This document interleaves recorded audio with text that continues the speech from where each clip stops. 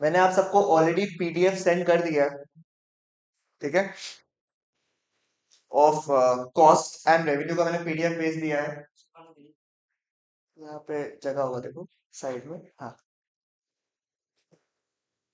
इधर नहीं।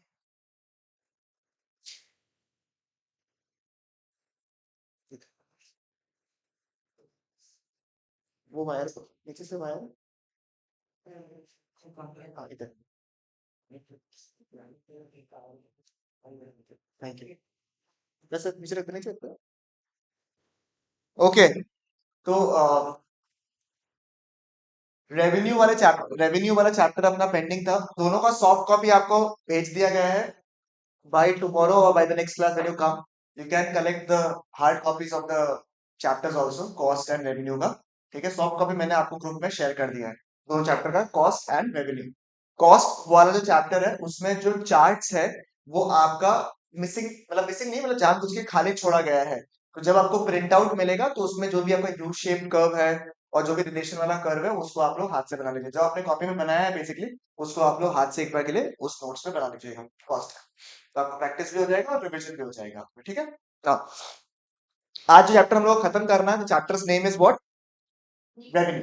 ठीक है, तो रेवेन्यू जब हम लोग पढ़ते हैं तो रेवेन्यू के साथ साथ में मोटा मोटी we also complete around 75 to 80% of another chapter which was markets, क्योंकि आपके सिलेबस में केवल और केवल परफेक्ट कंपटीशन ही सिलेबस में है आपका। तो परफेक्ट कंपटीशन के फीचर्स हमने ऑलरेडी डिस्कस कर लिए थे, and what we are left with markets is just price determination, कि किस हिसाब से in a perfect competition price determine होता है। That is the only topic that be pending. मतलब रेवेन्यू खत्म होता है आपका सिर्फ producers equilibrium one class, supply one class and simple वो वाला सिंपल एप्लीकेशंस वाला एक क्लास, आपका चैप्टर खत्म हो जाएगा, सिलेबस खत्म हो जाता है। That means four more classes maximum is required to complete the entire syllabus of microeconomics. ठीक है, तो इफ एवरीथिंग इज फाइन और आप लोग को एग्जाम का चक्कर नहीं होगा तो हम लोग जितना जल्दी हो सके इस इन टॉपिक्स को खत्म कर देंगे। और एकदम मतलब मैं एक एक क्लास जो बोल रहा हूँ ना, frankly speaking these are also not very long classes, मतलब छोटे छोटे क्लासेस है। मैं चाहूँ तो दो टॉपिक को भी एक दिन में खत्म कर सकता हूँ, ठीक है। बट इट डिपेंड्स कि आपको कैसे पिकअप लेना है इसको, मतलब बहुत सिंपल चैप्टर है, कोई दिक्कत नहीं। और लास्ट में मैं क्या करूंगा आज ही, for those people who require a one shot for demand, supply and revenue, उनके लिए मैं आज एक वन शॉट भेज दूंगा आप लोग को। कॉस्ट प्रोडक्शन का वन शॉट मिला हुआ है आप लोग को ग्रुप में मेरे हिसाब से। तो रेवेन्यू, सप्लाई एंड डिमांड, ये हितेश का भी काम आ जाएगा मेरे हिसाब से। हो गया, कैसा हो? अच्छा हो सका एग्जाम्स पेपर। चलो बेटा, तुम लोगों का डेट्स आया जनवरी का? Okay great, that is the best thing that can happen in your life. ठीक है, आइए रेवेन्यू चैप्टर के बारे में पढ़ेंगे। लास्ट क्लास में हमने रेवेन्यू को हल्का हल्का स्टार्ट जरूर से कर दिया था। तो रेवेन्यू चैप्टर में हमने क्या पढ़ा था सर? नाटक हो रहा है, नाइस। दुल्हन है? हाँ, ईगो में लग गया ना अब तो बात। कर लो पहले तो। अच्छा, सहारा चाहिए, ओके। ठीक है, सुनो, रेवेन्यू चैप्टर को अपन ने पिछला क्लास में शुरू किया था। Revenue chapter just like the previous chapter जो हमने पढ़ा था, रेवेन्यू थोड़ा सा पॉजिटिव साइड ऑफ थिंग्स है, राइट, क्योंकि रेवेन्यू में अपने पास पैसा आ रहा है। ठीक है, तो रेवेन्यू का मतलब क्या है भैया? जितने भी सामान हमने बेचे हैं, given quantity of a commodity, जो भी अपन सामान बेचता है उसमें जो भी पैसा अपन कमाता है उसको अपन क्या बोलते हैं? रेवेन्यू। एग्जाम्पल, मेरे पास ये मोबाइल का दुकान है और इस मोबाइल के दुकान में मैं ये फोन बेचता हूँ, और ये पूरे महीने में मैंने 10 फोन बेचा। कितना फोन बेचा मैंने? 10 फोन बेचा। और एक फोन का दाम सोचो 50,000 रुपया है, तो मैंने पूरा पूरा का पूरा महीना का सेल कितना किया? 5 लाख रुपया, बराबर। ठीक है, सही बोला या नहीं बोला? 5 लाख रुपया का सेल किया क्या मैंने पूरे महीने में? ये क्या है? Ultimately total revenue. इसमें से अपन क्या करता है, कॉस्ट वगैरह को माइनस करते हैं to determine what the amount of profit that a firm is earning. सही बात है बिल्कुल यार। तो फर्स्ट चीज क्या लिखा हुआ है देखो, मीनिंग ऑफ रेवेन्यू क्या लिखा हुआ है? Revenue refers to the amount received by the firm, it is the amount received by the firm from the sale of a given quantity of a commodity in the markets. समझ में आया आपको? चलेगा बिल्कुल। यहां तक हम लोगों ने मोबाइल बेचा था, आपके एग्जाम्पल में चेयर दिया हुआ है। बेचने से मतलब है कुछ भी बेच सकता है अपन, है या नहीं? ठीक है, ईमान के अलावा कुछ भी बेच सकता है अपन। चलेगा बिल्कुल यहां तक? समझ में आया? की बात, कोई दिक्कत तकलीफ? तो जो भी सामान बेच के अपन को पैसा कमाना है उसको क्या बोलता है अपन? रेवेन्यू बोलता है। ठीक है, next, the concept of revenue is divided into three parts. ठीक है, तीन पार्ट्स में डिवाइडेड है। Number one is what? Total revenue. Number one क्या है आपका? Total revenue. Number two is average revenue. Number three is, तुम्हारे लिए हम अलग से ससुराल से कुछ मंगवा के दे तुम्हारे बोलने के लिए भाई साहब जी? बताइएगा मुझे, पता है तो बोल, थोड़ा सा पता तो सबको ही है बेशरम। क्या क्या है आपका? Total revenue, average revenue and marginal revenue. Total revenue कैसे निकालेंगे हम लोग? It is summation of the individual revenues, या फिर रेवेन्यू चैप्टर के लिए हम लोग पढ़ेंगे कैसे निकालेंगे sir? Quantity into price. Quantity to price पिछले क्लास में मैंने करवाया था आपको। Total revenue is equal to what? Quantity into price. याद है ना? कौन गया था दुकान में? काशवी का क्या? काशवी जाके दुकान में क्या बोलता है? सूप वाली। आजकल अपग्रेड हो गया है, डायरेक्ट ऐसे बोलता है 5। ठीक है, तो ऐसे बोला 5 टू, इसके लिए तो खर्चा है, और वो भाई साहब जी के लिए क्या हो गया? रेवेन्यू। तो वो कैसे निकालेगा? 5 इंटू क्या प्राइस है? हाँ, समझदार हो गया आजकल। ठीक है, कितना रुपए का हो गया? 5 इंटू, आइडिया है किसी को? कितना रुपए का? 10 रुपया। कितना? 1000 रुपया? 18 रुपया? अरे भाई तुम दूसरा चीज का प्राइस बता रहा है। ठीक है, 10 रुपया मान लेते हैं वगैरह। कितना रुपया हुआ? 50 रुपया। 50 रुपया क्या हो गया भाई? रेवेन्यू। क्या हो गया? रेवेन्यू। और इसको प्यार से हम लोग क्या बोलेंगे यार? Total revenue. बिल्डिंग ब्लॉक्स किया ना दादा? अब समझ में आ रहा है अच्छे से? ठीक है, एवरेज रेवेन्यू। एवरेज रेवेन्यू जो है, एवरेज रेवेन्यू कैसे निकालेंगे हम लोग? मुझे बताइए, एवरेज रेवेन्यू कैसे निकालेंगे हम लोग? Total divided by Q. ठीक है, क्या लिखा हुआ है? Total revenue divided by Q. ठीक है, तो यानी कि सर सोचो एग्जांपल, मैंने बहुत सारा फोन बेचा, मैंने कम से कम पूरा महीना में 50 फोन बेचा। कितना फोन बेचा? 50 फोन बेचा। और 50 फोन बेच के मेरे को 6 लाख का कमाई हो। कितना कमाई हो? 6 लाख का कमाई हुआ। एवरेज में मेरे पास, अगर मैं फोन का प्राइस पूछूं कि एवरेज में पर मॉडल मुझे कितना रुपया मिला, तो कैसे निकालोगे? 6 लाख डिवाइडेड बाय 50, कितना रुपया होता है? 30,000 रुपया, बराबर। तो 30,000 रुपया, 30,000 रुपया is the average price of the phone sold. अब उसमें से कुछ फोन तो 50 के भी हो सकते हैं, कुछ फोन 20 के भी हो सकते हैं, कुछ फोन 30 के भी हो सकते हैं, बट एवरेज में अपन ने कितना का फोन बेचा? 30। समझ में? इसको बोलता है average revenue, total divided by quantity. Clear है बिल्कुल यहाँ तक? और हमने एक रिश्ता देखा था, रिश्ता चाहे कुछ भी हो जाए, एवरेज रेवेन्यू और प्राइस हमेशा सेम। तो A R is also equal to, इतना करना है मेरे लिए। AR is also equal to what? ठीक है, इमेज क्लियर है एकदम अच्छे से? कोई दिक्कत नहीं, कोई गुस्सा मेरी तरफ नहीं? Very good. मार्जिनल रेवेन्यू का मतलब क्या है? What is the meaning of marginal revenue? बताइए। मार्जिनल का मतलब क्या होता है? एक्स्ट्रा या फिर एडिशनल। एक और बेचने के चक्कर में कितना एक्स्ट्रा रेवेन्यू होगा? जैसे एग्जांपल, वही सेम दुकान में गई थी काशवी जी, काशवी जी ने बोला, बात करने का टाइम नहीं है बस। बोला भाई दीदी, बोला बोलिए, एक काम कीजिए ना, 7 पीस ले लीजिए या 6 पीस ले लीजिए। क्या ले लीजिए? 6 पीस ले लीजिए। बोला का है? तो मेरा डब्बा खत्म हो जाएगा।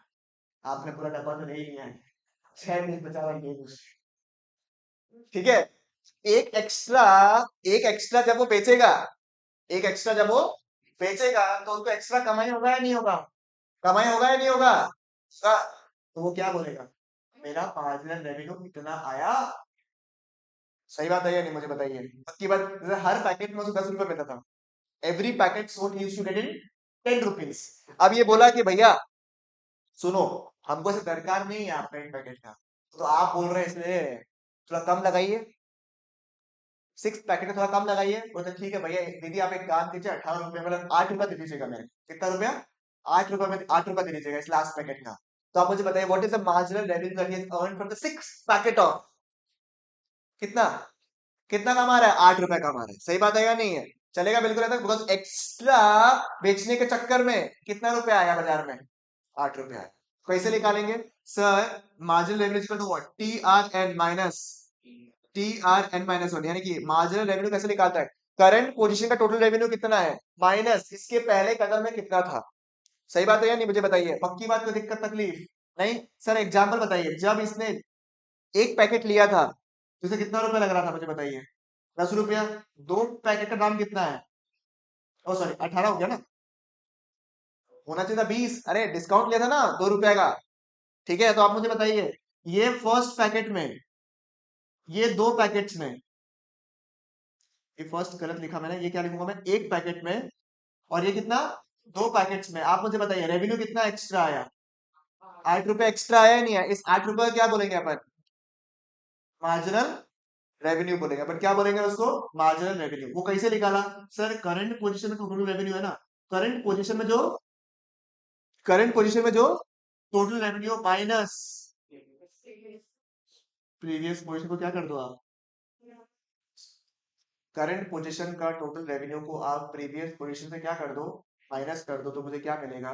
मार्जिनल रेवेन्यू मिल जाएगा। समझ में आया? बट अगर गैप एक से ज्यादा का हुआ, एग्जांपल दीदी को वापस पूछा, दीदी बता आज आप नहीं लेके जाएंगे? बोला क्यों?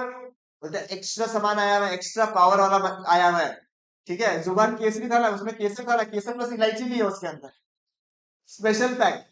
ठीक है, तो बोला कि ठीक है एक पैकेट दीजिए। बोलता है एक पैकेट क्या दीदी, एक पैकेट लेंगे, 3 पैकेट तो कम से कम लीजिए, 3 का कॉम्बो पैकेट आया है।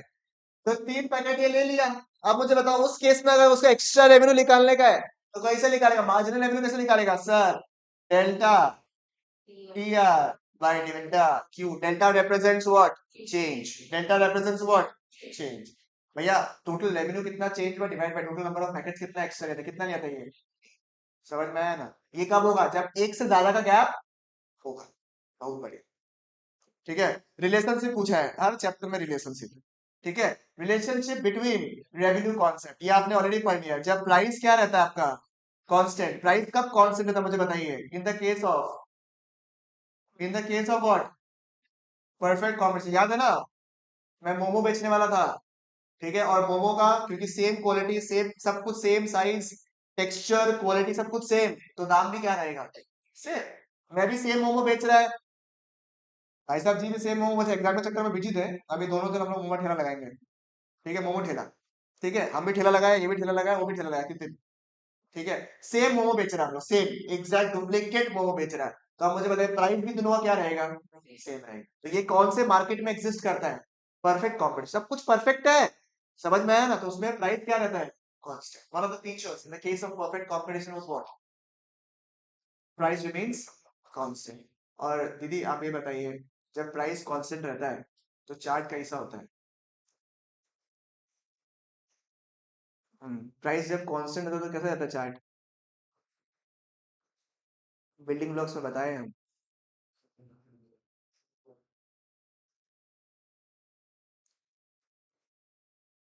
देखो हमको साइन लैंग्वेज नहीं आता है।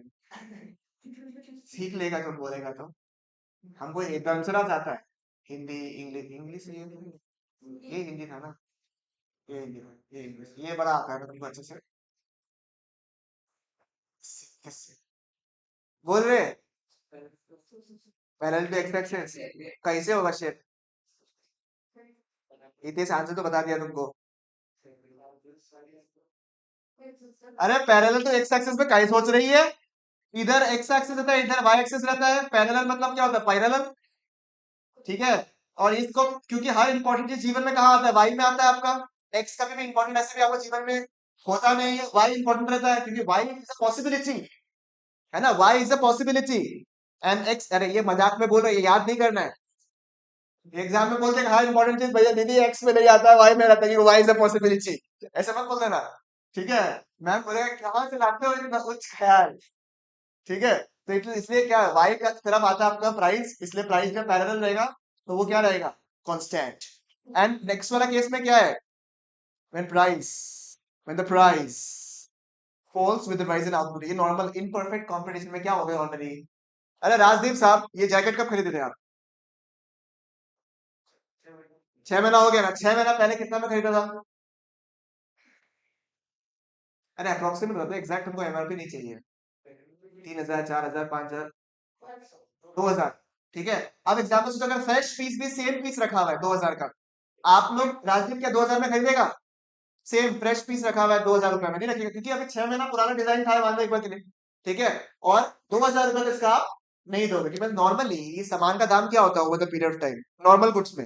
आप बोलेगा भैया गोल्ड का केस तो बढ़ रहा है, तो वो एक्सेप्शन हो गया, बट नॉर्मल केस में क्या होता है, गिरता रहता है। तो price falls with the level of output. In the case of imperfect competition, normal बाजार में प्राइस क्या होता है, फॉल होता राइता है, फॉल होता राइता है, समझ में? Price falls with the level of output. दीदी बताइए, दीदी बताइए, इस केस में प्राइस का लाइन कैसा होगा?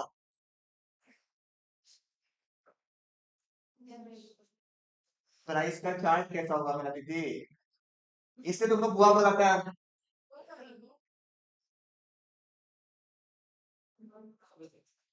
क्यों? प्राइस कंटिन्यूअसली क्या हो रहा है, प्राइस कंटिन्यूअसली क्या हो रहा है, फॉल हो रहा है, फॉल होने से क्या होता है, डाउनवर्ड स्लोपिंग कर्व होता है। समझ में आया आपको? नेगेटिव होगा क्या प्राइस?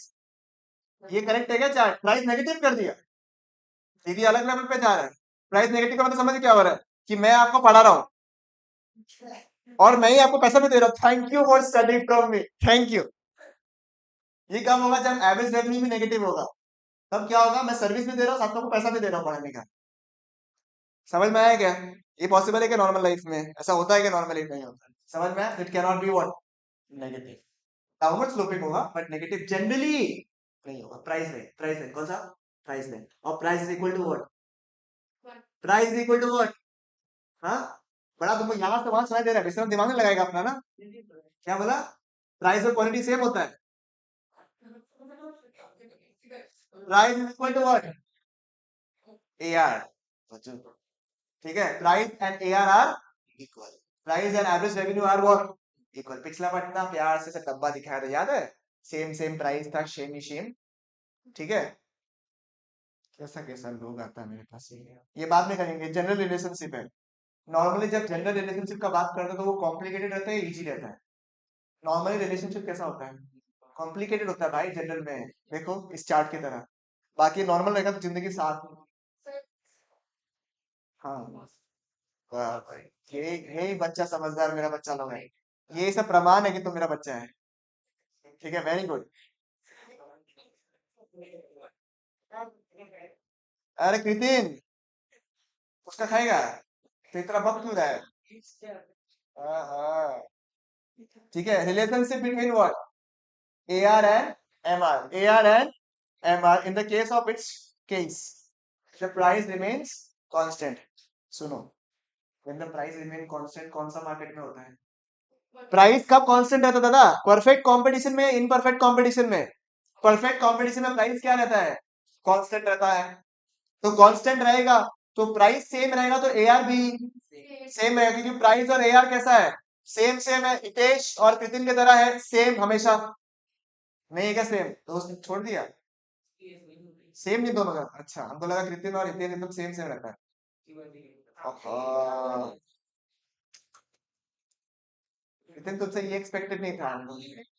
गुटका तो ठीक था, ये क्या शुरू हो रहा है? क्या बोला? तब तो पक्का तुम्हारे जीवन में कोई है। अच्छा, तो तब तो भाई साहब, 50 किसको बोलता है भाई?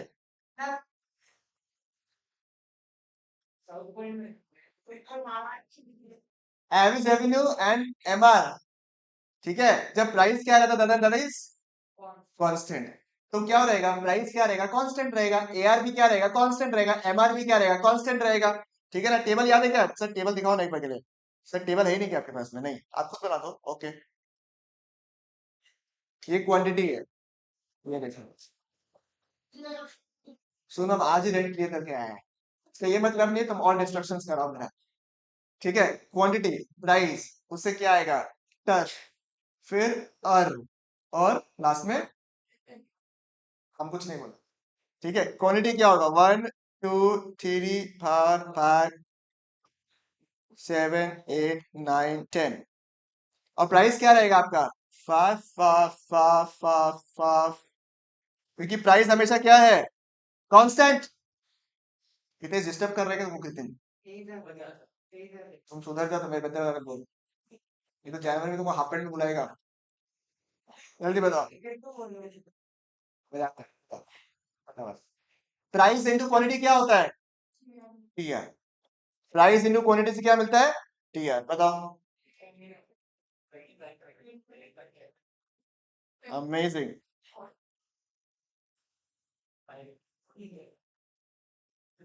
अरे तेरे तुम लोग गलती बोल दिया। 7 5 कितना, 30 ठीक ही लिखा था ना?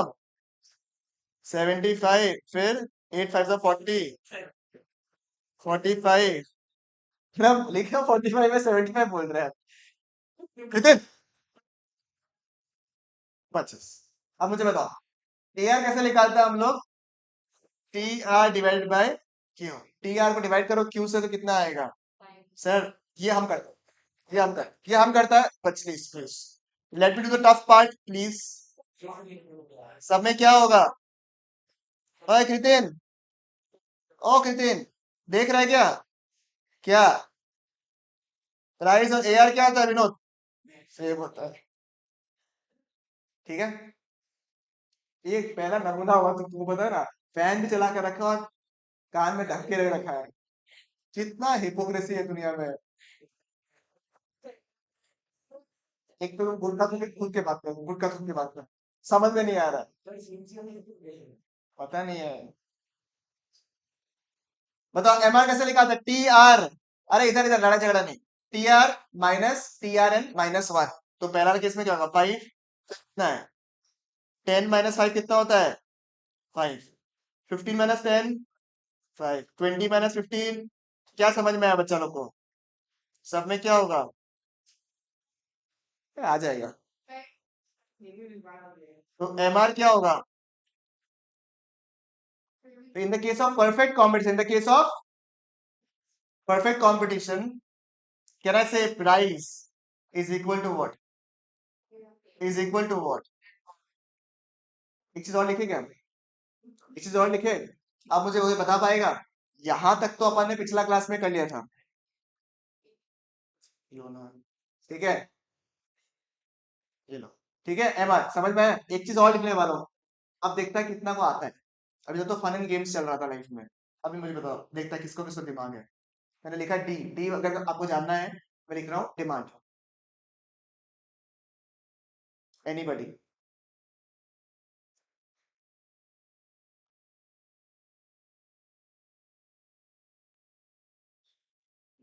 कोई अगर रिलेट करेगा मुझे बता पाएगा तो बताओ।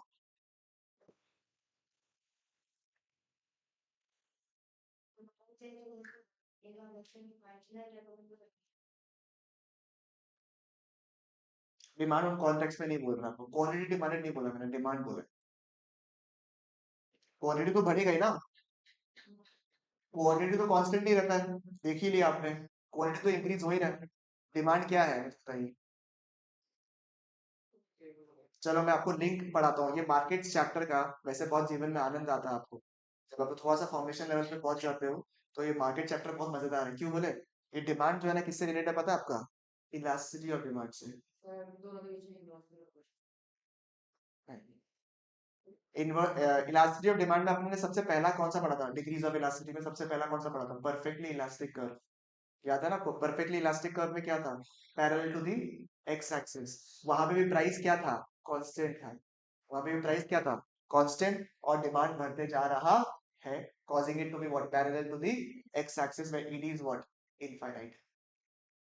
समझ में आया? जब पढ़ाई करोगे इस तरीके से पढ़ाई करना है कि आपस में सारा चारों चीज आपका लिंक हो सके।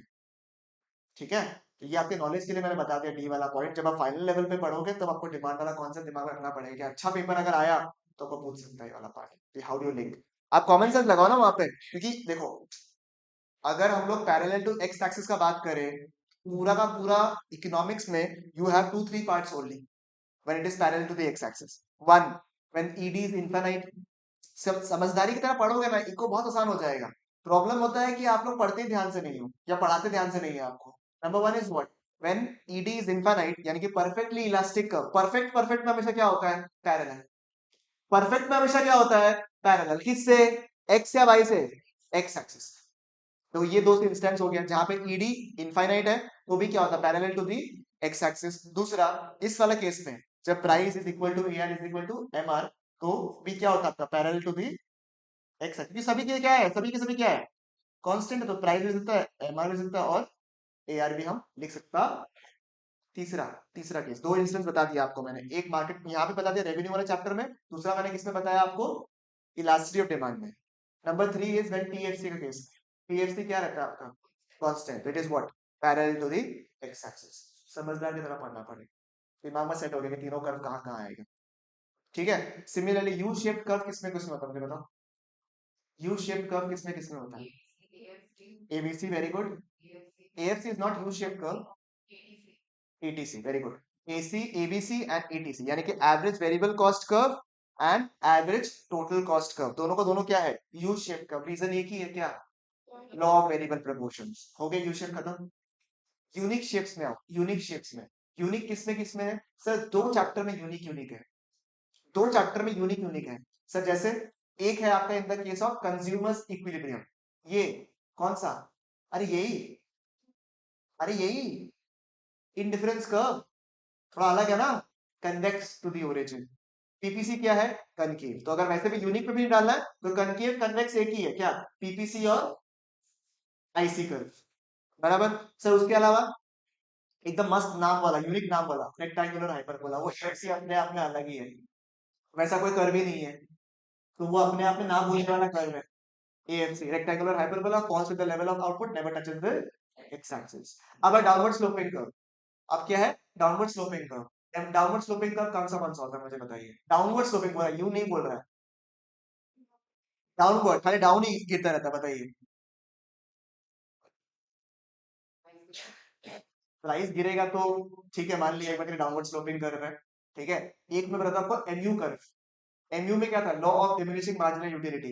As we consume particular commodity, price marginal utility क्या होता रहता है, फॉल होते रहता है, बिकम जीरो, बिकम्स नेगेटिव, ये हो गया एमयू। और आगे जाके पढ़ने वालों एम आर, वो भी क्या होता है, downward sloping, become zero and negative. तो ये दोनों ही कर्व है, ये मैं लास्ट में लिखवा दूंगा आप लोग को, सारा कर्व का एक जगह में सिनॉप्सिस, तो उसके लिए दिमाग में सेट हो जाएगा बिल्कुल यहाँ पे। ठीक है सर। उसके अलावा क्या है, ये वाला कर्व है, ये वाला उल्टा यू, ये वाला कर्व कहाँ का है मुझे बताओ, टीयू है और टीआर भी है, और टीयू हो गया, फिर टीआर हो गया, आगे पढ़ोगे टीआर इन परफेक्ट कॉम्पिटिशन में, और प्रोडक्शन का क्या, टीपी, टीपी, तीन कर्व ऐसा आता है। हो गया, सारा कर्व दिमाग में सेट हो गया। ठीक है। डाउनवर्ड स्लोपिंग कर्व में एक और आता है डिमांड कर्व, एक और आ जाएगा डाउनवर्ड स्लोपिंग कर्व में, कौन सा कर्व आ जाएगा, डिमांड कर्व। ठीक है, क्लियर है। चलो ये समझ में आ गया। देखो एकदम बहुत आसान टॉपिक है, परफेक्ट कंपटीशन के केस में, क्योंकि सब चीज परफेक्ट है, गुड्स होमोजीनियस का नेचर रहता है, होमोजीनियस नेचर का मतलब कि सिमिलर इन ऑल एस्पेक्ट्स, एकदम सेम डुप्लीकेट समान अगर है तो प्राइस क्या रहेगा, कांस्टेंट। और अगर प्राइस कांस्टेंट है तो एआर, एमआर और प्राइस क्या रहेगा, हमेशा सेम। सेम यानी कि कांस्टेंट मतलब parallel to the X axis, parallel to the X axis, simple. ठीक है। Now observe the TR curve. TR curve को ऑब्जर्व करो कैसे बढ़ रहा है, कितना गैप है कंटिन्यूअसली, 5 का गैप है। कंटिन्यूअसली कितना गैप है, 5। और कॉमन सेंस का बात है, हर बार 5 का तो डिफरेंस आ रहा है, तो गैप भी कितना का होगा, 5 का। जब कोई चीज कांस्टेंट रूप से बढ़ता है, कोई चीज कांस्टेंट रूप से बढ़ता है, it is what, always forming a upward sloping curve, ऐसे बनेगा ना टीआर। और वो भी कौन से डिग्री में पता है, 45 डिग्री एंगल। सबसे easiest form of curve in the entire syllabus is TR and MR in the case of perfect competition. समझ में आ गया आपको, चलेगा बिल्कुल यहाँ तक, पक्की बात, कोई दिक्कत नहीं होती। ये दोनों चार्ट एक साथ बनाए, अपन एक साथ नहीं बनाएंगे, अलग अलग बनाएंगे। ठीक है, पर एक साथ नहीं बनाएगा, अलग अलग चार्ट बनाएगा। टीआर का अलग कर्व, एमआर, एआर और प्राइस का, देखो यहाँ पे क्या लिखा हुआ है, टीआर इज पॉजिटिवली, ठीक है, TR is positively sloped straight line as TR increases at a, because MR remains constant. TR starts from the origin is 0 and increases with the level of MR is the slope of the TR curve. TR curve का slope क्या है, MR, क्योंकि उतना क्या तो movement दिखा रहा है, ठीक है ना, उतना क्या तो मूवमेंट दिखा रहा है ना अल्टीमेटली, इसलिए बोलता स्लोप। इसको क्या बोलेंगे अपन, स्लोप, उसको बोलेंगे MR कर्व। चलेगा बिल्कुल याद तक। टीआर एंड प्राइस लाइन के बीच में बाद में डिफरेंस, ये एग्जाम के लिए अभी नहीं करना आपको, ठीक है, ये वाला नहीं करना आपको अभी। बाद में करा दूंगा मैं, चाहे तो दरकार पड़ेगा तो एग्जाम में नहीं पूछेगा आपसे। चलो ठीक है। हाँ ठीक है, चलेगा। फिर है A R and M R when the price what falls with the level of output. देखो, उसके बाद एक दो सवाल मैं आपको और कराऊंगा, जैसे कि ये वाला points, break even point and shut down point, ये दो मैं कराऊंगा and the chapter would be over. ठीक है, आइए। ठीक है, आप लोग पहले कॉपी निकालो मैं फटाफट, मैं आपको फटाफट रेवेन्यू का शॉर्ट में लिखा देता हूँ क्योंकि एग्जाम से आपका अभी, तो मैं आपको फटफट लिखा देता हूँ ताकि दिमाग में सेट हो जाए आपका। ठीक है, आइए। मैं डेफिनेशन ऑफ रेवेन्यू सब नहीं लिखा रहा हूँ आप लोग को, ये सब आप लोग खुद ऐड कर लीजिएगा। ठीक है, अभी टाइम नहीं है हमारे पास में उतना। लिखिए फटाफट, लिखिएगा एकदम। रेवेन्यू, रेवेन्यू में you have three concept. Number one is what, total revenue, average revenue and marginal revenue. TR कैसे निकालते हैं हम लोग, प्राइस इनटू क्वांटिटी। एआर कैसे निकालते हैं एंड एमआर कैसे निकालते हैं, सर दो तरीके से निकालते हैं हम लोग एमआर को। इफ गैप, ठीक है, of Q is by 1 unit, if gap of Q is more than 1 unit. ठीक है, तो कैसे निकालेगा, T R N minus T R N minus one. और इस केस में कैसे निकालोगे आप लोग, delta T R by delta Q. ठीक है, लिख लिया, हो जाएगा। लिखा हुआ है क्या, ये वाला पार्ट लिखवाया था मैंने।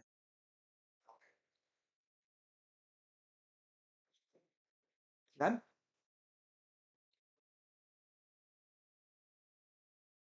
ओके,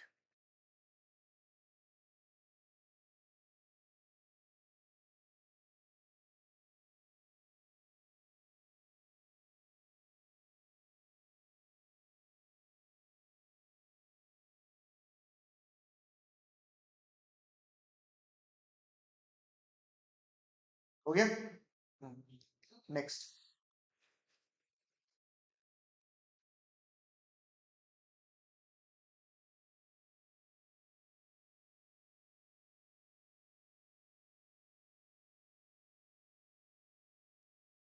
परफेक्ट कंपटीशन,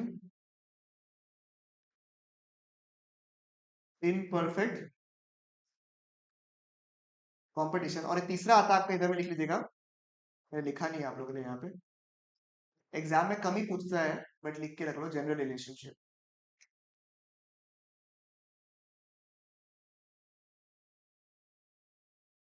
ठीक है, परफेक्ट कंपटीशन में क्या रहता है आपका, price price remains,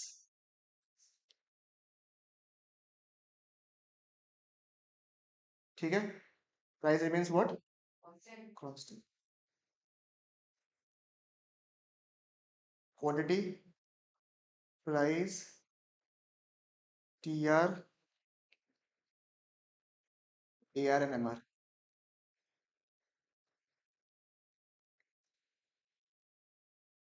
quantity, price, T R, A R and M R. एक चीज और लिख लेना ऊपर में, ए आर केस में एक और चीज लिख लेना, is always equal to what. ठीक है, ये स्टार मार्क पॉइंट है आपका। ठीक है, A R is also always equal to what, price. Quantity 1 2 3 4 5 6।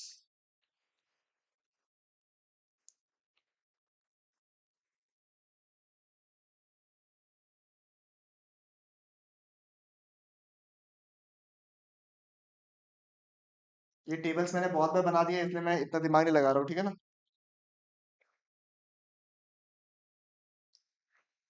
ठीक है, डन।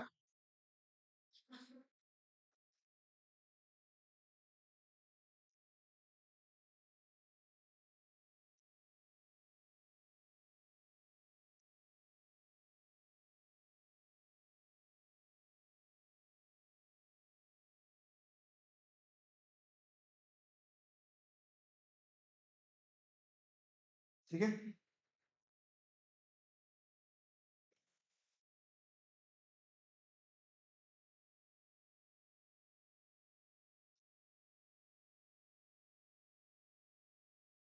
डन हो गया क्या? ना हो गया सबका? जिनेश साहब हो गया? फिर इसी के नीचे लिखिएगा यहाँ पे, हाँ।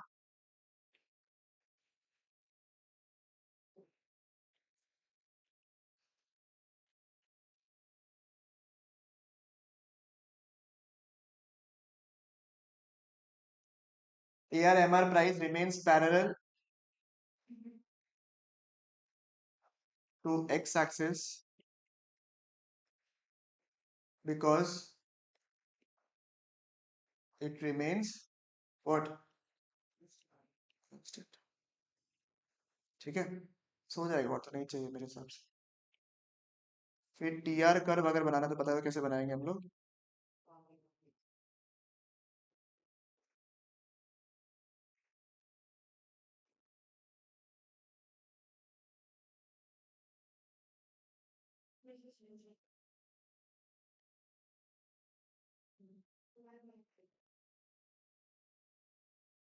पॉजिटिवली स्लोप, पॉजिटिवली स्लोप क्या चाहते हो? बता दो हमको। ए ओ, इसका नहीं, ये करेक्टर का इशू है। पॉजिटिवली स्लोप और क्या पॉइंट देखो ना उसमें, नोट्स में दिखाया था ना आपको, पॉजिटिवली स्लोप फिर क्या था? अरे यार तुम लोग इतना स्लो है ना, 1500 घंटा लगाता था तो।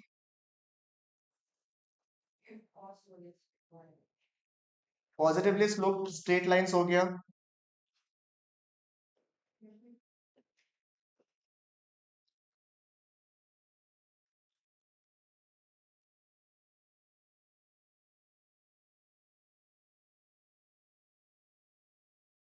अब इसमें ना ये जो पॉइंट दिया हुआ देख रहे हैं आप लोग, ये वाला जो पॉइंट दिया हुआ आपको देख रहा है, पैरेलल लाइंस जो है, इसका रीजन जो दिया ना, रीजन, रीजन कहाँ पे है? नोट्स में है। और इसका रीजन हमने डिस्कस कर लिया था ऑलरेडी, मैं रीडिंग करूंगा आपके सामने, अभी मैं पढ़ाऊंगा। तो मैंने लास्ट क्लास में ऑलरेडी इसका रीजन बता दिया था, और आप लोगों को रीजन पता ही है कि क्यों प्राइस हमेशा सेम रहेगा। क्योंकि अगर हम लोग सब लोग एक ही सामान बेच रहा है, तो क्या कोई भी इंसान ऐसा कोई डोमिनेटिंग पोजीशन में आएगा क्या कि हम मार्केट को डोमिनेट करेगा? नहीं। तो since nobody is in a position to dominate the market, तो सब लोग वही प्राइस अपनाएगा जो इंडस्ट्री का है। यानी कि प्राइस हमेशा क्या रहेगा? कांस्टेंट। मैं भी सेम मोमो बेच रहा हूँ, आप भी सेम मोमो बेच रहे हो, आप भी same momo, everybody is selling the same momo, तो प्राइस क्या रहेगा? सेम। समझ में आया? Positively stroke straight line increases, वापस गया क्या? अरे आ जाओ। Increases at a constant rate, ना कंधा है, मीटिंग हो रहा है। Increases at a constant rate, starts from the origin,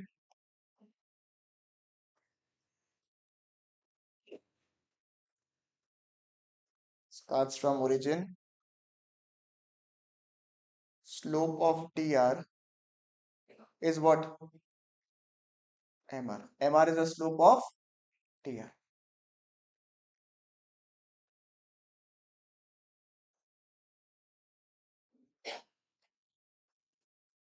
बताओ हो गया? देखो ये वाला पार्ट देखो, मैंने ये पूरा करा दिया, मतलब प्राइस रिमेन्स कांस्टेंट है ना in the case of perfect competition, बराबर। देखो यहाँ पे क्या हुआ है, general relationship between A R M R पढ़ो, यहाँ पे क्या लिखा हुआ है? The relationship between A R M R depends whether the price remains, price constant रहता है या फिर क्या होता है? फॉल होता है। However if nothing is mentioned तो ये ठीक है, चलो कोई बात नहीं। अब ये वाला पार्ट देखो क्या लिखा हुआ है, ये वाला देखो।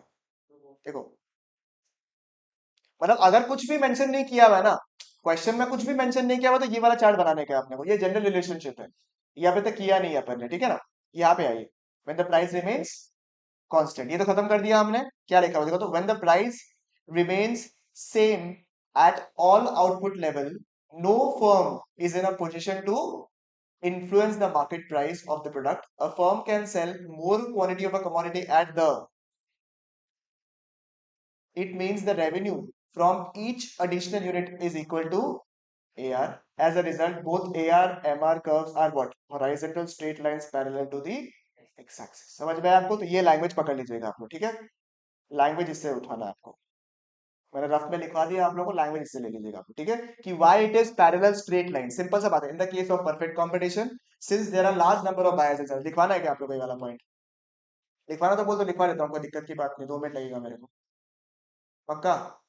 क्या लिखोगे? In the case of perfect competition, since there are large number of buyers and sellers, तो no seller is in a position to dominate the market. लिख लो लिख लो, काम करो, लिख लो। बताइए, जब लिखवाना है तो काहे नाटक करता है तुम लोग? यहाँ पे एक स्टार मार्क कर लो यहाँ पे, ठीक है? यहाँ एक स्टार मार्क कर लो कि प्राइस क्या है यहाँ पे, कांस्टेंट, ठीक है? यहाँ एक स्टार मार्क कर लो।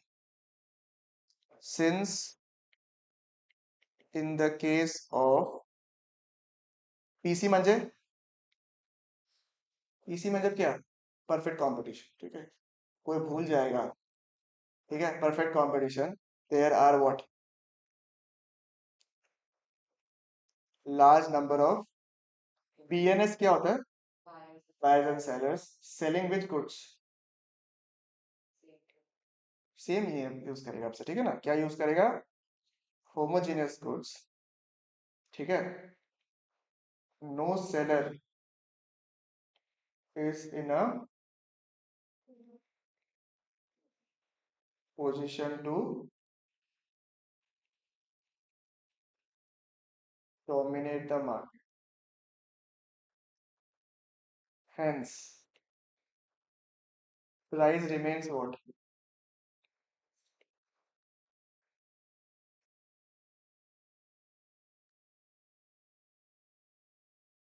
As determined by the, कौन डिटरमाइन करता है प्राइस को? इंडस्ट्री डिटरमाइन करता है। Therefore, price is equal to what? AR is equal to what? ठीक है?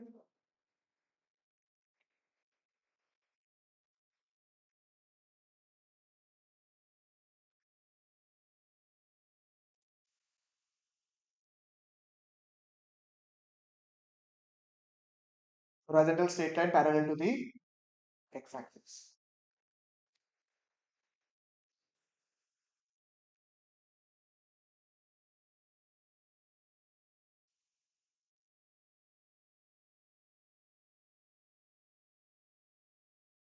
ठीक है?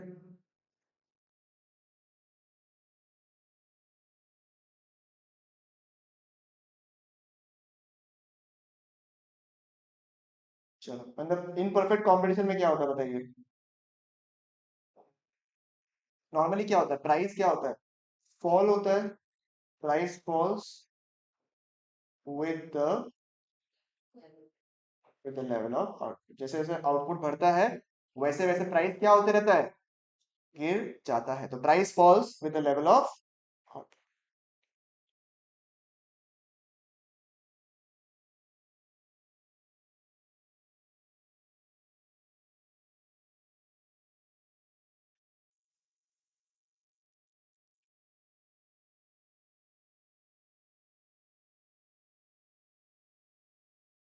प्राइस फॉल होगा तो क्या करूंगा मैं?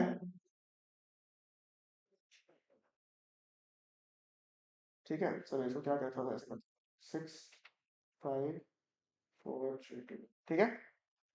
फिर 6, फिर कितना हुआ? 10, 12, 12, 10 एंड 6। ठीक है, यहाँ पे छोटा सा लिख सकते हो आप, सिमिलर टू टी यू। ठीक है? ए आर कैसे निकालते हैं? T R divided by Q, और ए आर हमेशा किससे सेम होता है? प्राइस। क्या होगा? 6, 5, 4, 3, 2, 1। एम आर बताओ। पहले वाले केस में क्या होगा? 6 ही हो जाएगा, तो मान लो के लिए फिर डैश हो जाएगा। नेक्स्ट में कितना होगा? 10 - 6, फिर 12 - 10, 12 - 12, 12 - 10। ठीक है? समझ में आ गया आपको? ठीक है, इसको और इसको माइनस किया मैंने, फिर इसको और इसको, इसको और इसको, इसको और इसको और इसको। ठीक है, क्लियर है? कोई दिक्कत तकलीफ, कोई भी प्रॉब्लम नहीं? इजी लग रहा है एकदम यहाँ पे? सही। हमने पहले वाले केस में एम आर पहले बना लिया था। इस वाले केस में अपन एम आर पहले नहीं बनाएंगे, अपन पहले कौन, चलो पहले मतलब पहले ऊपर में आपको टी आर ही बनाना है, और फिर नीचे क्या बनाएंगे हम लोग, एम आर।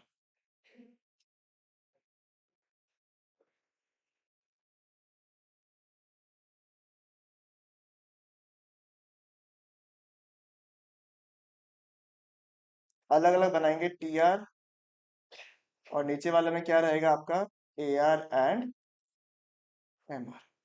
हमें ए आर और एम आर बनाना आता है क्या? हाँ सर, ए आर और एम आर दोनों ही हम लोग देख रहे हैं टेबल में क्या होता है, both A R and M R क्या होता है, देखिए तो एक बार के, A R also falls, M R also falls, देख रहे हैं 6 5 4 3 1 फॉल हुआ ना, और एम आर भी क्या हो रहा है 6 4 0 वाला, दोनों ही फॉल हो रहा है राइट। तो दोनों ही क्या होगा, डाउनवर्ड स्लोपिंग कर्व होगा। Both A R and M R will be what, downward sloping curve. But दोनों में फर्क क्या है, मुझे बता दो एक बार के लिए।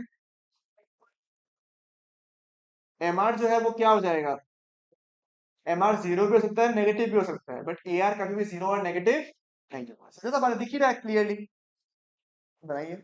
कौन सा स्टीपर रहेगा, कौन सा फ्लैटर रहेगा, वेरी गुड। ये हो गया आपका कौन सा curve, M R curve. A R negative हो ही नहीं सकता। और ये कौन सा हो गया आपका, ठीक है। और अभी तक हम लोगों ने बचपन से पढ़ते पढ़ते अपना का चूल सफेद हो गया, ये जानते हुए कि जिस पॉइंट में एम आर जीरो होगा, उस पॉइंट में टोटल क्या होगा अपने हाईएस्ट पॉइंट में, जानते हैं ना सब लोग। जिस पॉइंट में एम आर जीरो होता है, एम जहां जीरो होता है, वहां टी कौन सा पॉइंट में होता है अपना हाईएस्ट, किसी का भी ले लो आप, चाहे टीसी एमसी का ले लो, चाहे एम आर ले लो, ठीक है, चलेगा बिल्कुल यहाँ तक पक्की बात। मतलब एमसी और टीसी एक एक्सेप्शन हुई क्योंकि वो उल्टा है, तो इसलिए लोएस्ट पॉइंट होता है। बाकी एमपी टीपी ले लो, सेम हाईएस्ट पॉइंट में कट करता है, मतलब जब जीरो होता है तो हाईएस्ट पॉइंट में रहता है। एमयू टीयू ले लो, same, U MU TP MP और एमआर टीआर सेम है। जब एम जीरो होगा, टी अपने हाईएस्ट पॉइंट में होगा। तो मुझे पता है हाईएस्ट पॉइंट कौन सा है, तो मैं यहीं से क्या बना लेता हूँ, एक लाइन बना लेता हूँ, ताकि मुझे समझ में आ जाए कि हाईएस्ट पॉइंट में कहाँ पर रखना चाहता हूँ, राइट।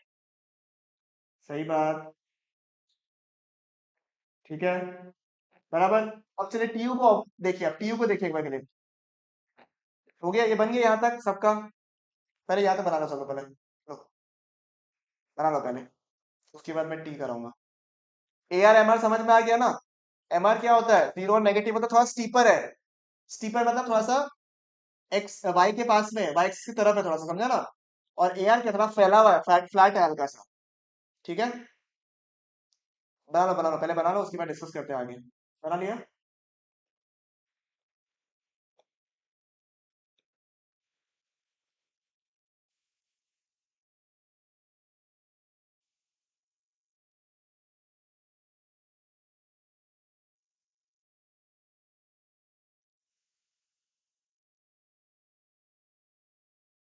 डेफिनेट तक ही तो आ रहा है ना आप लोग का। कॉस्ट हो गया, प्रोडक्शन इज डन, एक बार वन शॉट्स देख लेना, काफी होगा आप लोग के लिए। और क्या आ रहा है, एमओसीटी हो जाएगा ना, एमओसीटी। ये दिक्कत है, क्या दिक्कत है एमओसीटी में, फॉर्मूला याद क्यों करना पड़ा, वो सम जैसे मैंने करवाया था आप लोग को वैसे कर लेने का। मैं एमओसीटी भेज देता हूँ, चाहिए तो बताना मेरे को, बोलता कोई नहीं है, खजूर करके बैठे रहता है क्या। बताओ एम आर का, टी आर का कर्व देखो, यहाँ पे टी आर का कर्व देखो, हो गया सबका बना लिया। टी आर कर्व देखो यहाँ पे, टी आर देखो, टी आर में क्या हो रहा है, एकदम ऑब्जर्व करो, एकदम ध्यान से ऑब्जर्व करो।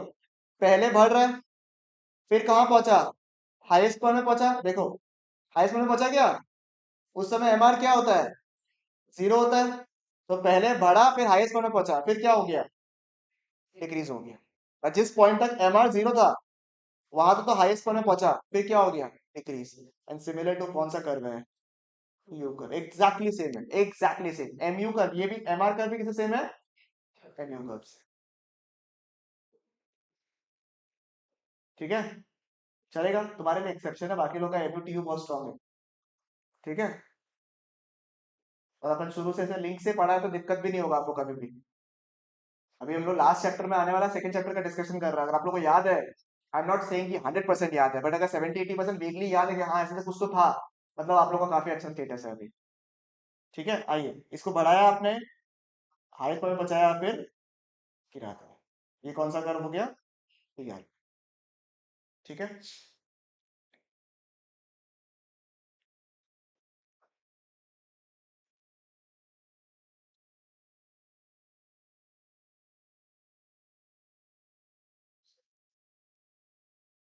चलो, ये लिख लिया आपने। यहाँ पे नहीं आएगा, यहाँ पे नहीं आएगा, यहाँ पे एंड होता है। जब हाईएस्ट पॉइंट एंड होता है ना, वो तुम्हारा टीपी वाला केस में होता है। टीपी वाले केस में 3 स्टेजेस है ना, यहाँ पे तो 2 ही स्टेज है। बढ़ता है, हाईएस्ट पॉइंट पे बढ़ता है, गिर जाता है। उसमें क्या था, पहले increasing at an increasing rate था, फिर एट अ डिमिनिशिंग रेट, फिर फॉल होता है। हाँ हाँ, टीआर हमेशा 0 से शुरू होता है ना। जब कुछ भी नहीं बचा तो क्या होगा रेवेन्यू, उस हिसाब से 0 से स्टार्ट हुआ। ठीक है। आइए, ऑब्जर्वेशंस लिखेंगे, यही इंपॉर्टेंट है एग्जाम के लिए। ऑब्जर्वेशंस, चलो ऊपर जो कर्व आपने बना लिया है ना, उसको observation.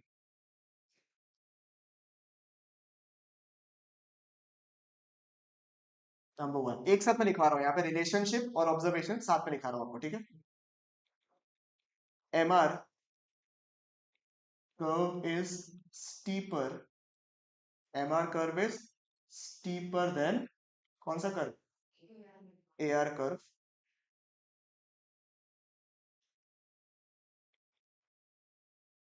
Number 2, MR can B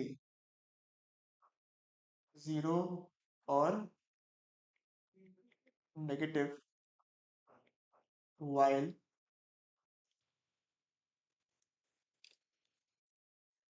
while AR remains what?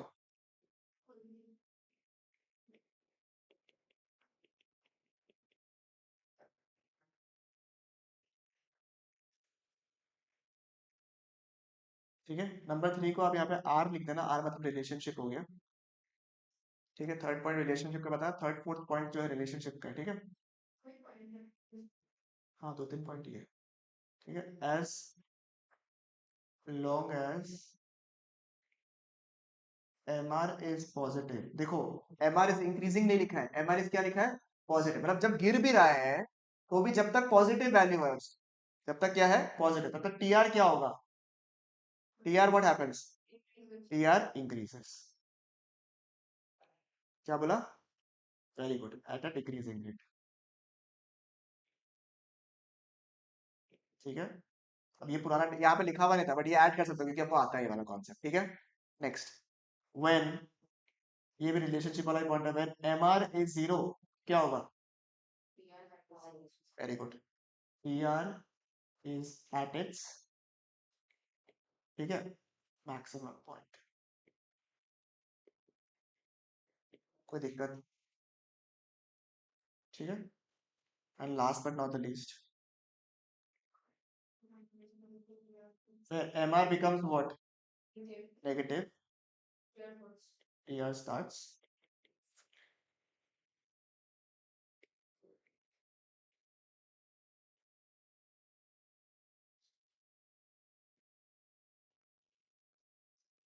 Okay, चलेगा? लिखिए सबने।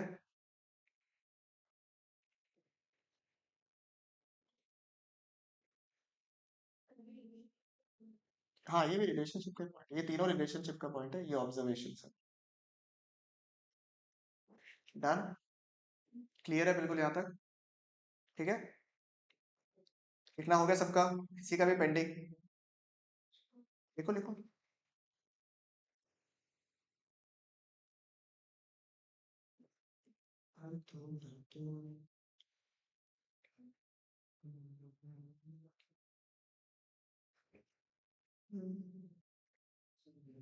हो गया? ग्रेट। देखो आओ नोट्स में आओ एक बार। देखो, अभी पूरा एकदम दिमाग से देखो, मीनिंग ऑफ रेवेन्यू हो गया, बढ़िया से छन गया दिमाग में एकदम। Concept of revenue, T R M R A R छन गया। टी आर कैसे निकालता है? प्राइस इनटू ए आर कैसे निकालता है? T R divided by M R कैसे निकालता है? इसमें तो एक ही लिखा हुआ, आपको दोनों आता है। Relationship in the price remains constant when price falls with the level of output, ये कब होता है? In the case of perfect combination. ये कब होता है? In the case of imperfect combination.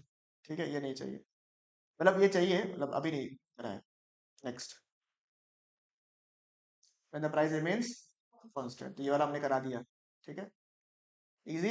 मैंने आपको बेटर चार्ट बना दिया, तो ये सबसे नहीं पढ़ना आपको अभी। ठीक है, नेक्स्ट, ये नहीं चाहिए, ये वाला relationship in the price falls in the case of imperfect competition. ये सारा पॉइंट मैंने लिखवा दिया आप लोगों को। ठीक है, रिलेशनशिप हो गया, देखो। ठीक है, डन। अब ए आर एम आर का आपके सिलेबस में नहीं है, आप लोग के सिलेबस में। आप लोग चेक करके मुझे बताइएगा कि आप लोग के सिलेबस में मोनोपोली है या नहीं है। मोनोपोली, मोनोपोलिस्टिक कॉम्पिटिशन, ये सब है। तो आप लोगों को एक अलग से क्लास में बुला के ये वाला पार्ट करवा दूंगा। अभी इन दिनों में बुला दूंगा, जब मेरा एग्जाम चलेगा ना, आप लोग को बुला के मैं अलग से करा दूंगा ये वाला पॉइंट को। मोनोपोलिस्टिक कॉम्पिटिशन तुम्हारा भी रहेगा क्या? मैं तुम्हारा सीबीएसई है, तो मार्केट्स मार्केट्स तक आप लोग का परफेक्ट कॉम्पिटिशन है। ठीक है, चलेगा बिल्कुल, यहाँ तक पक्की बात, कोई दिक्कत तकलीफ बताइए सर इसमें क्या है, ऐसे क्या पढ़ा रहे हो आप? देखो, जब आगे जाके हम लोग मोनोपोली पढ़ेंगे, मोनोपोलिस्टिक कंपटीशन पढ़ते हैं ना, तो वो अलग फॉर्म ऑफ बिजनेस है। तो वहां पे इलास्टिसिटी का बात करते हैं हम लोग। तो वही रिलेशनशिप का एमआरएआर का कैसा चार्ट होगा इन the case of monopoly, monopolistic competition, उसके बारे में डिस्कस करना आप लोग। तो क्योंकि आपके सिलेबस में मोनोपोली और मोनोपोलिस्टिक नहीं है, तो आप लोगों के केस में ये वाला चार्ट बनता ही नहीं है। आइए, सब इंपॉर्टेंट ऑब्जर्वेशन है, ये डायरेक्टली एग्जाम में काम नहीं आता है, बट आपका वैसे इंपॉर्टेंट है। ठीक है, देखो क्या लिखा था, जीरो एंड नेगेटिव एमआर, ऐसा होता है क्या? एमआर क्या जीरो एंड नेगेटिव हो सकता है क्या? बिल्कुल सर, ए आर जीरो और नेगेटिव नहीं होता है। M R can be zero even negative when the price falls with the rise in output. M R can be zero, M R also can be negative. ये देखो, ये खतरनाक है। ये बताओ क्या लिखा हुआ है? रीजन नहीं जानना है मेरे को, सिर्फ इतना बताओ, क्या T R is equal to summation of M R? Obvious बात है। But is TC equal to summation of MC? क्यों? क्योंकि टीसी के अंदर फिक्स कंपोनेंट भी रहता है, और फिक्स कंपोनेंट कभी चेंज नहीं होता। अगर मैं इसी जगह टीवीसी लिख देता तो चल जाता है क्या? यस सर, टीवीसी नहीं लिखते काम चल जाता। टीवीसी म्हणजे total variable cost, total cost के अंदर फिक्स कॉस्ट भी होता है, और फिक्स कॉस्ट कभी भी चेंज। इसलिए मैंने कहा था फर्स्ट यूनिट क्या होता है हमेशा, टीवीसी को देखो। फर्स्ट यूनिट के लिए हमेशा क्या देखो, टीवीसी को, उसके बाद सब कुछ सेम ही है। इसलिए मैंने चार्ट में याद रखना, आप लोग ये वाला गलती नहीं करेगा। आप टेबल का क्वेश्चन आएगा ही आएगा आपका एग्जाम, देख लेना कल, चाहे वो प्रोडक्शन का हो चाहे कॉस्ट का हो, एक टेबल का सवाल आएगा। प्रोडक्शन का आया 4 मार्क का आएगा, कॉस्ट का आएगा 6 मार्क का आएगा। बेस्ट चीज क्या है, प्रोडक्शन आएगा बेटर रहेगा, इजी है, 4 मार्क का आसान से। 6 मार्क का अगर आ भी गया ना, तो अगर टीचर लेजी है तो 6 मार्क का एक डायरेक्ट क्वेश्चन दे देगा तुमको, अगर बहुत लेजी है।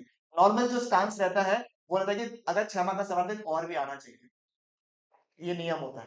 अगर 6 मार्क का कॉस्ट का और आया, और कॉस्ट का सवाल है, तो रिलेशनशिप का सवाल आएगा। वो चारों चार्ट, जो तीनों चार्ट है ना, डाउनवर्ड स्लोपिंग से स्लोएस्ट पॉइंट से कट करता है, ऊपर रहता है गैप, जो है शुरू में ज्यादा था फिर कम हो जाता है, वो वाला पॉइंट से पूछने का हाई चांस रहता है आपका। ठीक है, क्योंकि टोटल कॉस्ट वो रहेगा। और एएफसी का सवाल एक्सपेक्ट कर लेना, एग्जाम में आने का बहुत चांस रहता है एएफसी।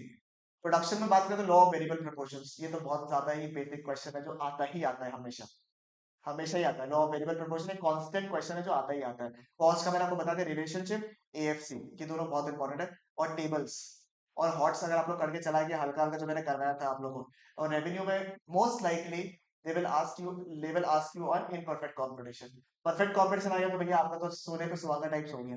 अच्छा ही नहीं, परफेक्ट कंपटीशन तो प्राइस रहता है, टेबल लेवल सब बना के आना आपके एकदम। रेवेन्यू, रेवेन्यू में टेबल लेवल सब बना के आना, आता ही है ना। और ज्यादा टाइम नहीं लगेगा, आपको आता ही टेबल ही याद होगा, 1 2 3 4 5 point 4 3 4 1 in the case of when the price false. और बाकी केस में क्या करोगे, प्राइस को सेम रखना, 5 5 रख लो, कोई दिक्कत क्या है? समझ में आया क्या? यही सवाल पूछेगा, और पूछेगा ही नहीं सवाल आपको। ठीक है, चलेगा। अब अगर बाई चांस एग्जाम में थोड़ा पेपर थोड़ा टेढ़ा करने की कोशिश किया बाई चांस, तो दो ऐसा कॉन्सेप्ट है जो आपको पूछ सकता है, एक है ब्रेक इवन पॉइंट, एक है शट डाउन पॉइंट। एक क्या है, ब्रेक इवन पॉइंट, और एक क्या है, शट डाउन। ठीक है, बहुत ईजी। ब्रेक इवन पॉइंट का मतलब क्या होता है? What is the meaning of break even? Any idea what is the meaning of break even? हाँ, 12th में वापस से ब्रेक इवन पॉइंट आएगा तुम्हारे पास, एक ही में। सच में मैं बता रहा हूँ, 12th में वापस आएगा। अरे बहुत सिंपल केस है ब्रेक इवन। ब्रेक, मैं धंधा शुरू कर रहा हूँ, एग्जाम्पल, मैंने धंधा शुरू किया, मैंने बिजनेस शुरू किया। बिजनेस में मेरा शुरू में लागत लगेगा नहीं लगेगा, आप मुझे बताइए? कॉस्ट लगेगा नहीं लगेगा मेरा? शुरू में मैं क्या करता हूँ, मैं सिर्फ इतना कमा लूं, हर बिजनेस वाला करता नहीं करता, मैं इतना कमा लूं कि मेरा जो लागत है वो पूरा हो जाए। मेरा अगर 2 लाख रुपीज लग गया है, तो फर्स्ट एम मेरा क्या होता है, to recover 2 lakhs from the customer. तब मैं क्या बोलता हूँ, चलो अब टेंशन नहीं है, 2 लाख रुपए लगाया तो 2 लाख रुपए रिकवर हो गया है, now I am at a break even, now at a break even. Simple, समझ में आया आपको? तो break even is situation when the total revenue is equal to what, total cost. When the total revenue is equal to total cost, जितना का मेरे को cost लगा है उतना का ही मेरा क्या आ गया है, रेवेन्यू। इसको मैंने क्यू क्यू से डिवाइड कर दिया तो मुझे क्या मिलेगा, एवरेज रेवेन्यू या फिर एवरेज। तो दो तरीके से निकाल सकते हो आप, समझ में आया क्या? तो दो तरीके से निकाल सकते हो, या तो आप लिखो ब्रेक इवन पॉइंट में T R equal to T C, total revenue जितना कमाया उतना ही टोटल कॉस्ट भी है, और और A R is equal to A C, E G, दिक्कत, तकलीफ, problem, any difficulty, no issues. Okay, पर एग्जाम में फेवरेट क्वेश्चन जो आता है, आपको पता नहीं, इसे पढ़ाया है नहीं पढ़ा, आपको तो लगता नहीं आप लोगों को स्कूल में पढ़ाया है ऐसा पॉइंट, नहीं पढ़ा है ना? जनरल एजुकेशन पढ़ा है ये वाला, ये भी नहीं पढ़ा होगा मेरे हिसाब से तो, नहीं पढ़ा है? ये तो बढ़िया है, पूछा नहीं, अच्छा पहुंचा नहीं, अच्छा अच्छा, हमारा पूछा नहीं, क्या बात। Shut down point, break even point बहुत जन पढ़ाता नहीं है, जनरल रिलेशनशिप भी बहुत जन छोड़ देता है ये वाला पॉइंट को, ठीक है, ये भी छोड़ देता है बहुत जन, ठीक है। तो आपका तो सीधे सीधे सवाल बन ही रहा है, या तो परफेक्ट कॉम्पिटिशन के ऊपर टी आर एम आर का रिलेशनशिप पूछेगा, या तो इनपरफेक्ट के ऊपर पूछेगा, उसके अलावा सवाल ही नहीं दिख रहा हमको, तो पूछते हुए, ठीक है। तो फिर भी शटडाउन पॉइंट क्या होता है भैया, क्या होता है शटडाउन पॉइंट का मतलब क्या, जिस वक्त आपको बिजनेस, किस वक्त आपको बिजनेस बिजनेस मतलब बंद कर देना चाहिए, क्या कर देना चाहिए, बंद कर देना चाहिए, कब कर देना चाहिए बताइए। Very good, amazing. अबे लॉस होगा तो क्या हम यहाँ पे वो तय तो करेगा क्या, एक पॉइंट पूछा है, पॉइंट किस वक्त ऐसा होना चाहिए कि बिजनेस बंद हो। अब जैसे ये बोला, क्या बोला ये, लॉस। अब बात, कोविड का टाइम था, कोविड का टाइम था, दुकान क्या था, गल्ला में दुकान, और तभी इतना खुश है, किसी का गल्ला के अलावा, गल्ला माल के अलावा दुकान, अरे किसी का गला माल के अलावा दुकान ही नहीं है, सिर्फ गला माल का दुकान है यहाँ पे, ग्रोसरी।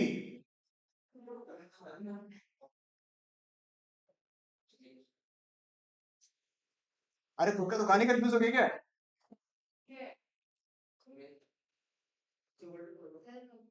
कपड़ा का है ना, किसका?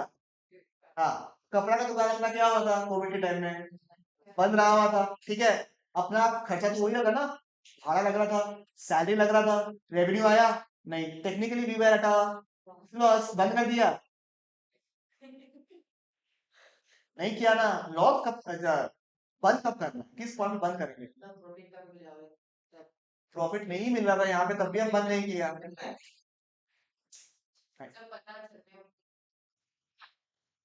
गुड, इसको थोड़ा मैं और ठीक करता हूँ, मैं बताता हूँ आपको, देखो, क्या एक फर्म अपना वेरिएबल कॉस्ट भी कवर नहीं कर पा रहा, दो टाइप का कॉस्ट था, एक था फिक्स कॉस्ट, एक था वेरिएबल। कोविड के टाइम में हम लोग को दिक्कत किस में हो रहा था, फिक्स कॉस्ट, वेरिएबल कॉस्ट का इश्यू नहीं था हम लोग को। अगर बाई चांस धंधा इतना ही खराब चल रहा है कि जो वेरिएबल कॉस्ट है, यानी कि जो माल आप लेकर आ रहे हो, कुछ भी खर्चा कर रहे हो, उसका भी रुपया का नहीं निकल रहा है, forget the fix cost, rent went तो छोड़ दो, जो सामान ला रहा है, जो डे टू डे खर्चा है, वो भी अगर आप रिकवर नहीं कर पा रहे हो, तब तो बिजनेस क्या करना चाहिए, तो shut down point is when you are not able to recover the what, variable cost. आप वेरिएबल कॉस्ट को भी रिकवर नहीं कर पा रहे हो, तो उस वक्त आपको धंधा को क्या कर देना चाहिए, कर देना चाहिए। वेरिएबल कॉस्ट को भी आप रिकवर जब नहीं कर पा रहे हो, जब आप वेरिएबल कॉस्ट को भी रिकवर नहीं कर पा रहे हो, तो क्या करना चाहिए आपको, बिजनेस को बंद कर देना चाहिए, क्या कर देना चाहिए, बंद कर देना चाहिए। इंपॉर्टेंट फॉर्मूला है एट अ ग्लांस, तो ग्लांस करके हो जाएगा, ठीक है। उसके साथ में आपका रेवेन्यू क्या हो गया, रेवेन्यू समाप्त, फिनिश। तो आपका टेक्निकली, अगर मैं आपको सच बताऊं ना, तो आपका technically micro is almost done, ठीक है, क्योंकि माइक्रो में आपको जैसा बोला, वो आखिरी सांस बचा हुआ है खाली माइक्रो में, then we left with just index numbers and then finish. इनको सिलेबस 90 आप ले आना सबका सब लोग फाइनल में, ठीक है। और अच्छा, सिलेबस खत्म होने के बाद आपको चैन का सांस नहीं है जीवन में, आपको पता है ना, उसके बाद 4 दिन के बाद से आपका टेस्ट शुरू होगा, 4 दिन के बाद चांदनी शुरू होगा तुम्हारा, क्या शुरू होगा, टेस्ट का सिलसिला शुरू होगा, chapter wise test, cost, production, revenue, utility, chapter wise test, chapter wise. चलिए, इसका तबीयत अभी से खराब होने वाला है। सिलेबस खत्म होने के बाद 3 दिन 4 दिन को देगा रिकवर करने के लिए शरीर को,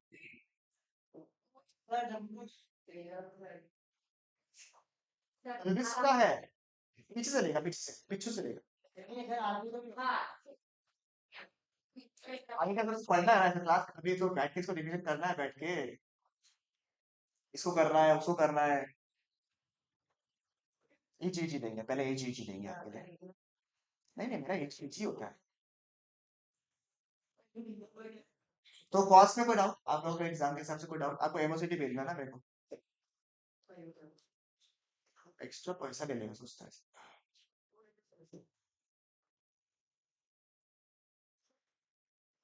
हाँ जी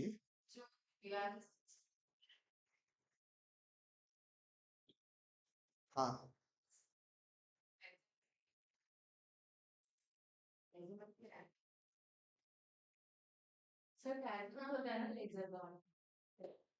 अपने पास तो कैश बुक ही है अपने कंट्रोल में तो कैश बुक ही रहेगा नहीं मिल रहे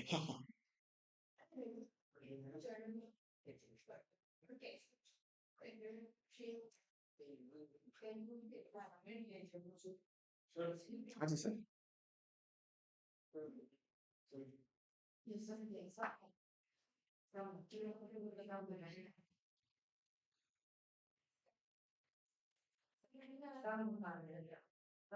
हाँ हम भी इंडेक्स नंबर का लेक्चर भेज देगा फिर बोलेगा सब मोम आया है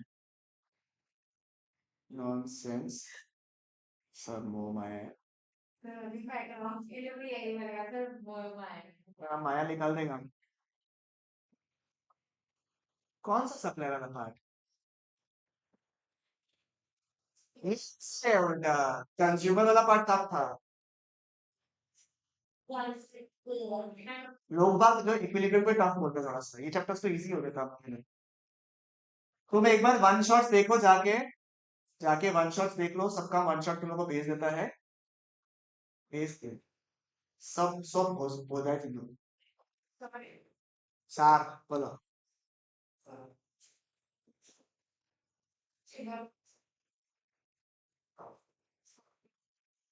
चाहिए एग्जाम में आ रहे हैं हाँ एग्जाम के बाद हो जाएगा तुमको मतलब जो टेक्निकल पार्ट है ना पीछे का जो पीछे टेक्निकल पार्ट है वो भेज देगा तुम लोग को हम शुरू का पार्ट तो इजी है हम भेज देगा एग्जाम के बाद भेज देगा अभी नहीं भेजेगा तुम लोग को और क्या भेजना था हमको एक तो तुम लोगों को एमओसीडी भेज दिया हाँ हाँ कोई दिक्कत नहीं बस खाली रुको एक सेकंड चाबी का चक्कर है बस रुको देखता है एक सेकंड ना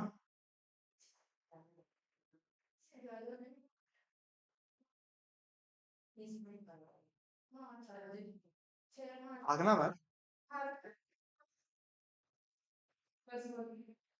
प्रोडक्शन हो गया कॉस्ट मैंने आपको भेज दिया है फिर डिमांड सप्लाई और रेवेन्यू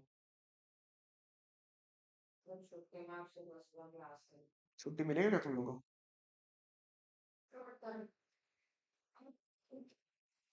अगर यूनिवर्सिटी में छुट्टी है तो मेरा तो बढ़िया हो जाएगा उतने दिन में फिनिश